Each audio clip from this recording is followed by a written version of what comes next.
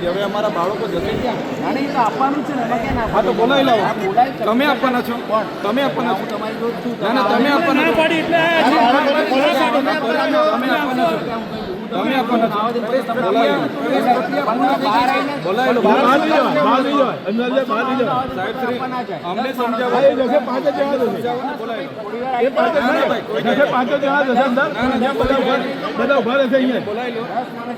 અમને કન્વિન્સ કરવા કરતા એમને કન્વિન્સ કરવા આવે જ છે. ના ના ના, અમે આવ્યા છે ને. તમે બોલાય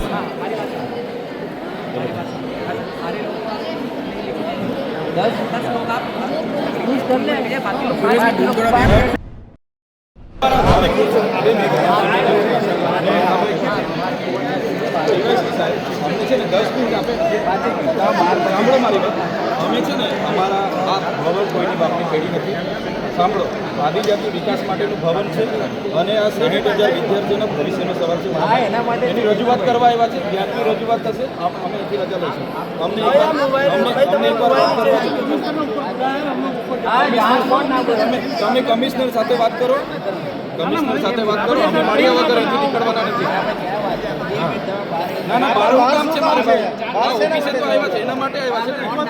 આટલા વિદ્યાર્થીઓ અમે પોતે આટલે સાહેબ શ્રી અમારી રજૂઆત થશે, પછી અમે શાંતિથી રજૂઆત કરીને અમે જવા બહાર શું કરવા જવાના? બિરસા મુંડા ભવન અમારું છે ને.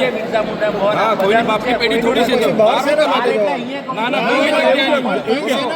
એનું રીઝન શું? અંજલ સાહેબ, એનું રીઝન શું? બહાર જવાનું રીઝન શું? અમે બેસવા નથી આવ્યા. નહીં, બેસવા નથી આવ્યા. અહીંયા જે મુદ્દા માટે આજે મુદ્દો કરવાનો.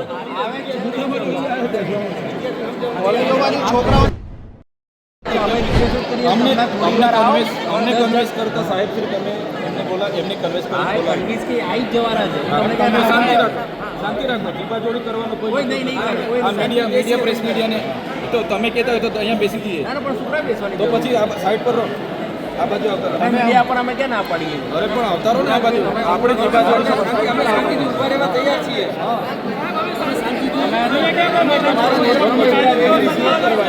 કાયદો વ્યવસ્થા જણાવવા માટે તૈયાર જ છીએ. અમે બધા વેલ ગ્રેજ્યુએટ લોકો છે.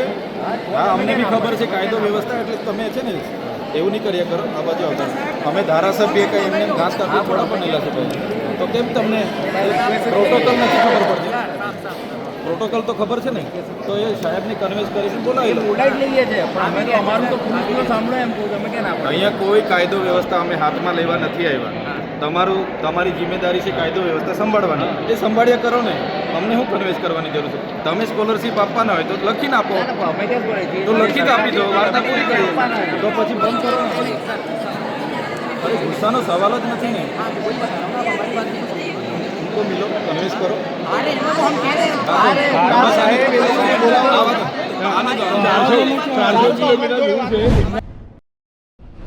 શિષ્યવૃત્તિની યોજના છેલ્લા 2010ની ચાલુ હતી. એ યોજનાને 28/10/2024ના રોજ ગુજરાત સરકારે પરિપત્ર બહાર પાડી દીધું. એ યોજના બંધ કરવામાં આવી છે. જેના લીધે બીએસસી નર્સિંગ હોય, જીએનએમ નર્સિંગ તમામ પ્રકારના 60,000 વિદ્યાર્થીઓને આમાં અસર થઈ છે. જે લોકો સ્કોલરશીપથી વંચિત રહેવાના છે.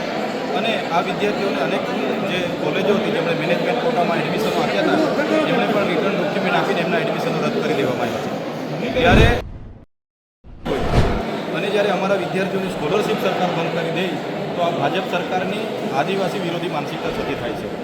અમે કહેવા માગીએ છીએ, આ એમનો આદિજાતિ વિકાસ વિભાગનો પરિપત્ર 28 ઓક્ટોબરે બહાર પાડ્યો છે, રદ કરવામાં આવે અને પોસ્ટ મેટ્રિક શિષ્યવૃત્તિની યોજના પુનઃ ચાલુ કરવામાં આવે એવી અમારી માગણી છે.